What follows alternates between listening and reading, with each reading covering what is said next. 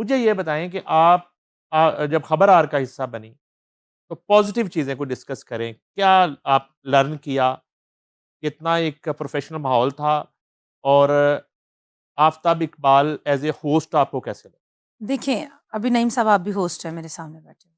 आप फिलबदी बात कर रहे हैं हुँ, और आप शो स्टॉप करके किसी से पूछ नहीं रहे कि मैं क्या बात करूँ, है ना ये बात? मैंने भी होस्टिंग की हुई है, हुँ, लेकिन वो एक डिफरेंट शो है, सब जानते हैं। उसमें कुछ तज्ज़िये भी होते हुँ। हैं, कुछ बातें यूट्यूब की भी होती हैं कि ये चीज़ की कुछ वो बरामद चीज़ की गई है, ये ऐसी चीज़ हो सकती है। मैं समझती हूँ कि ये मैंने बरामद किया, इसके अंदर अगर कोई मुझे डायमंड का स्टोन नज़र आएगा जो आपको नहीं पता, तो मैं ये यूट्यूब पे डालूँ कि ये मैंने ढूँढा है। ठीक है। जो ऑलरेडी यूट्यूब पे स्टोरियाँ पड़ी हुई हैं, रिसर्चर आपके बैठे आपको शो स्टॉप कर कर के बता रहे हैं, ये इसकी रिसर्च है, इसको आप बयान कर दें। वो आप अपने क्रेडिट पे क्यों ले रहे हैं? आप यूँ कहें कि फलाँ जगह पे एक मिसाल मैंने देखी।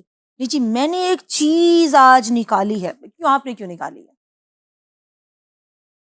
उस शो की सिर्फ़ अच्छी बात ये है, कि उसकी रेटिंग अच्छी आती है। अदरवाइज़ खाली आफ्ताब साहब का कोई कसूर नहीं।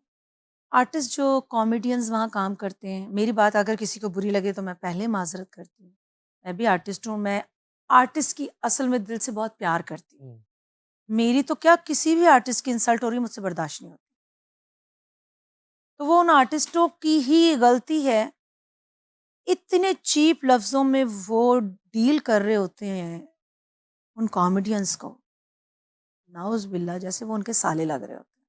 ये मीटर त आपका उनकी वज़ह से घूमा कि ये आर्टिस्टों की तज़लील क्यों हो रही है? हाँ, आपका गुस्सा ये था असल में। मुझे आज तक उन्होंने बदतमीज़ी हाँ, से नहीं बुलाया क्योंकि मैं जिस मुकाम से उठ के मुझे कोई फ़ेम नहीं चाहिए था। मैं उस वक़्त उनसे ज़्यादा बड़ी रेटिंग में लैमलाइट में थी, एग्री, बिल्कुल। ठीक है ना?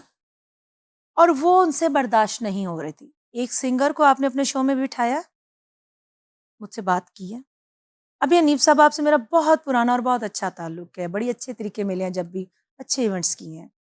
आप मुझे शो में बुलाएँ, साथ एक और आर्टिस्ट बुलाएँ और मुझे पूरे शो में बोलने ना दें, मैं आपकी इज़्ज़त नहीं करूँगी सर, किसी सूरत नहीं करूँगी। तो उनकी क्या मजबूरी थी, आपको बिठाया क्यों?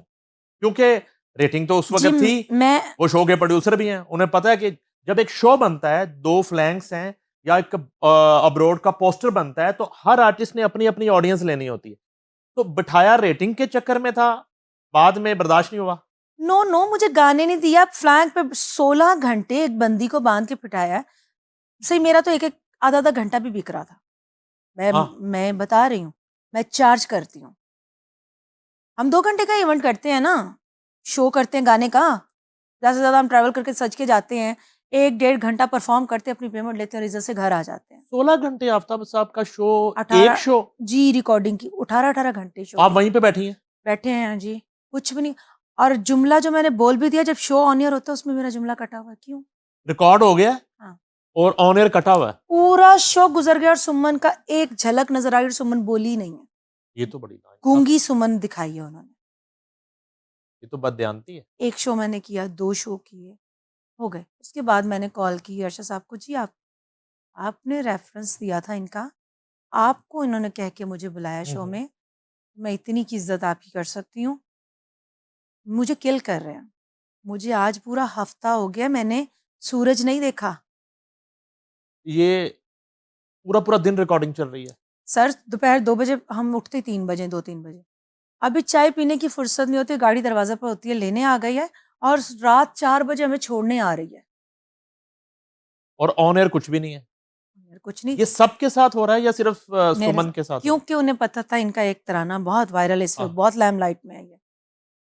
तो मैंने कहा आफ्ताब साहब आप मुझे गाने करवाएँ, मतलब एक शो में एक गाना होना चाहिए, मुझे बोलने का कोई शौक नहीं, मुझे आप बुलाएँ ही सिर्फ़ गाने के लिए। हाँ, तो गाने तो होते थे ना? हाँ, गाने होते थे। हाँ जी। जी, जी, आपसे करवाते हैं, इन्होंने गाने नहीं करवाए। एक मेरे साथ इन्होंने वो मज़ाहिया से एक स्लॉट भी किया, उसमें भी इन्होंने गुफ्तगू की, मैंने कहा कुछ तो आया। फिर उन्होंने फ्लैंक पे चुप करके बिठाना शुरू कर दिया। एक वो कॉमेडियन है, नाम नहीं लूँगी, उन्होंने कहा, "सर जी सुमन दा एक होर तराना रेटिंग ते चल ਰਿਹਾ ਔਰ ਸੁਮਨ ਦੀ ਤੁਸੀਂ ਦੇਖਿਆ ਜਿਹੜੀ ਸੈੱਟ ਦੀ ਤਸਵੀਰ ਲਾਉਂਦੀ ਉਹ ਕਿੰਨੀ ਵਾਇਰਲ ਜਾਂਦੀ है मेरे पेज उन दिनों में बड़े वायरल हाँ थे जी। कहते हैं मिलियंस में रेटिंग आ रही है इसकी पिक्चरों की हुँ। जो ये लगाती है यहाँ की तो इनको कहें कि क्लिप लगाया करें। आफ्ताब साहब ने मेरे फ़ोन ज़ब्त कर लिए। आज के बाद तुम सेट पे पिक्चर नहीं लोगी। कैसे हो सकता है? फ़ोन ले लिया आपसे? अडयाला जेल है ये? हाँ जी, फ़ोन लेकर मैंने कहा चलो कोई देखते हैं, सबके ले लिए कि इसको फ़ील ना हो। हाँ। सबके ले लिए, इट्स ओके। जनाब 1 दिन शूट का गुज़रा, 2 दिन गुज़रा, मैं फ्रस्ट्रेटेड यार मेरी तो मुझे ना दुनियादारी की खबर है, शोज़ में मैं नज़र नहीं कहीं आ रही। पूरा महीना हो चला है, मैं कर क्या रही हूँ अपने साथ? मेरी लोगों की कॉल्स आती हैं, आगे फ़ोन बंद मिलता है, कॉल्स आती हैं, फ़ोन बंद मिलता है। एक दिन मैं शो से निकली ना, मैं बहुत ज़्यादा एग्ज़ॉस्ट हो चुकी। खाने को भी कुछ नहीं, रोज़ दाल की देग पकती थी। सॉरी हम डंगर नहीं हैं कि दालें खाएँ। और अपनी कुछ चहेतियाँ जो प्रोड्यूसर्स के साथ मिली, पीछे जो कैमरामैनों के साथ मिली थी, उनके लिए सबवे के बर्गर आ जाते थे। डेली दाल? जी, और आफ्ताब साहब के लिए, डॉक्टर रूबा के लिए घर से खाना आता था। कमाल हो गया। बाकी मैं तो दाल का मैं इतनी वीक हो गई थी कि मैं अक्सर और बेशतर बैठी-बैठी बेहोश हो जाती, भूख से, कि वहाँ मैं खाती नहीं थी, घर से एक चाय का कप लेकर निकलती थी। तो मेरे में इतनी कमज़ोरी आ गई कि वीकनेस कि मैं उठकर अपनी किचन तक नहीं जा पाती थी। कमाल। तो मैं इतनी एग्ज़ॉस्ट हो गई, मैं ना इससे निकली तो मैंने कहा मुझे भूख लगी है। तो बब्बू राना को मैंने कहा यार मुझे कुछ बाहर से मंगा, इत्थे बाहर नहीं आ सकता कुछ। और लड़कियाँ सबवे के सब बर्गर खा रही हैं। मैंने कहा मुझे मेरा फ़ोन चाहिए, क्योंकि वो चेंज करने सब गए हुए हैं, सेट बंद है तो मुझे वॉशरूम जाना है, मुझे मेरा फ़ोन दो। जैसे मैंने फ़ोन ऑन किया ना तो उसमें कोई 50 अबव मेरी फैमिली से कॉलें आई हुई थी। मैंने कहा अल्लाह खैर करे। मैंने वॉइस नोट अपनी बड़ी सिस्टर का किया तो उसकी नंद मेरी ताए की बेटी है, वो भी मेरी बहन ही लगी। उनका यंग 22 साल का बेटा फ़ौत हो गया ओह! और जब मुझे पता चला तब उसका नहला चुके थे, और तदफ़ीन वाला वो शुरू हो गया था। शुरू हो गया था। यानी कि वो जाने का मार्जिन भी जो है ना वो नहीं रहा। तो वे मेरे तो समझे पाँव के नीचे से ज़मीन ही निकल गई, जिनके साथ हम पले-बड़े हैं।